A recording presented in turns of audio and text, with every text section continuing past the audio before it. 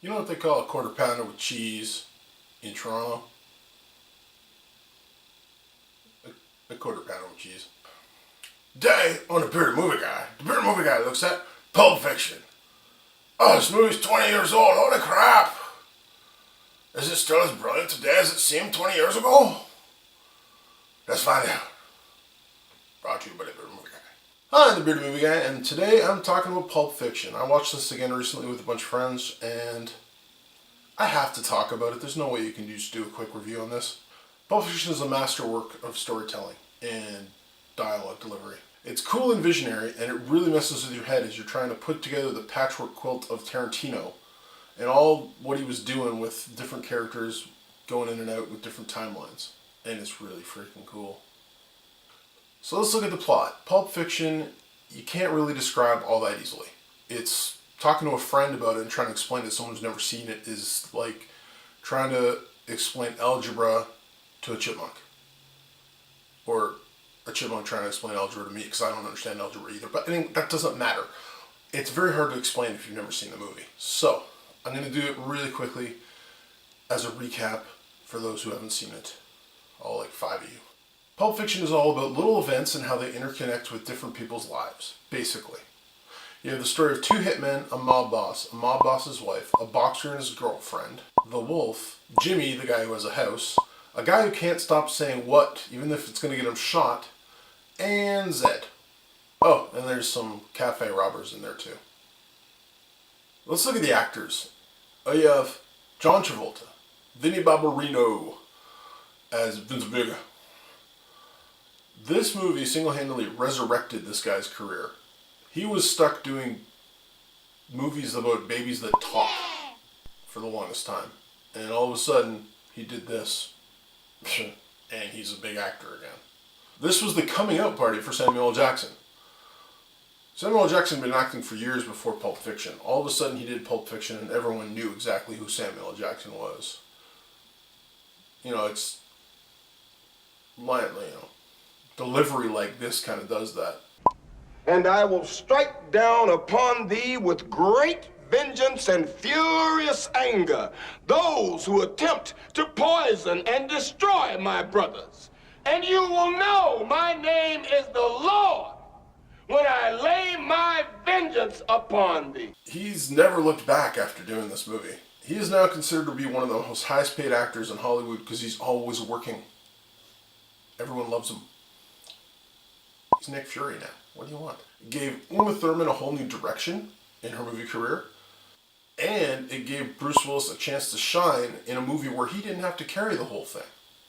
You also have Tim Roth being awesome, Eric Stoltz being seedy, Amanda Plummer doing the best work she's ever done, basically, as Honey Bunny, Steve Buscemi as an annoyed waiter, Harvey Keitel as the Wolf, one of the coolest characters he's ever played, and then top all that off with the cherry on top of Christopher Walken. There's the Christopher Walken scene is just great. And the watch, you know. This watch was on your daddy's wrist when he was shot. Everybody was incredibly on point, and they did a great job casting. Now that's the cast. Let's get to the storytelling. Up until this point, Quentin Tarantino had only made one movie, Reservoir Dogs. I'm going to post a link right there to my friend Bobby Burns. He did a really good review. His very first review, actually, was about Reservoir Dogs. I haven't reviewed it yet. One day I will. It was his first film, and so this was his follow-up effort. And what kind of movie do you make for your follow-up effort? This is what Quentin Tarantino did. He made a disjointed, unusual, confusing, disturbing, you know the scene I'm talking about, non-linear story with no main character and very little resolution. And we loved him for it. The way Tarantino made this film is flat out brilliant. He knows his characters so well. He just breathes life into them and he picks the perfect people to play them. And yeah, for his second film to be Pulp Fiction, this man earned my respect, my gratitude, and my money, because I've spent a fair bit of it on Pulp Fiction over the years. From renting it, to buying it on DVD, to buying it again on Blu-ray. And whenever the next format comes out, Chip in Your Head or something, I don't know, I'll buy it again then. That'd be cool if you could sit in the car with Vincent Vega and Jules as they're talking about cheeseburgers.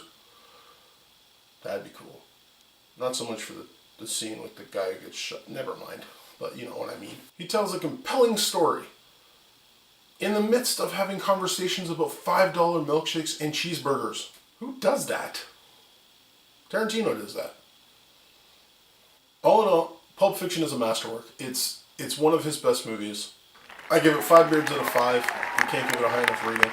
Now, saying that, is this movie for everyone? No. No. No. No. If you have a weak stomach for language, violence, blood, and racial slurs, because there's a lot of them, then this movie's probably not for you. And even if you are cool with all those things, the basement scene is probably still going to make you shudder a little bit. And if it doesn't, you probably need to see a doctor. Overall, Pulp Fiction is an incredible movie that hinted about what was coming for the next 20 years. This is 20 years later. He's made Kill Bill, he's made Inglourious Basterds, Django Unchained. Like, the list goes on and on. Like, he hasn't made a ton of movies, but what he's made has just been groundbreaking. Quentin Tarantino is a treasure house of cinematic awesomeness. So what's your favorite part? And who's your favorite character? And how many times have you seen Pulp Fiction? Because I'm sure there's people out there who've seen it more than me. And if you haven't seen it, are you going to go see it now? So, if you like this, please subscribe and comment below. And until next time, stay bearded, everyone. You've been watching The Bearded Movie Guy. Pulp Fiction is awesome. You should watch it. Unless you don't like all those things he said not to like. But you should watch it. Tell The Bearded Movie Guy what you think. Subscribe and comment and Twitter and all that kind of stuff. And as always, YouTube safely.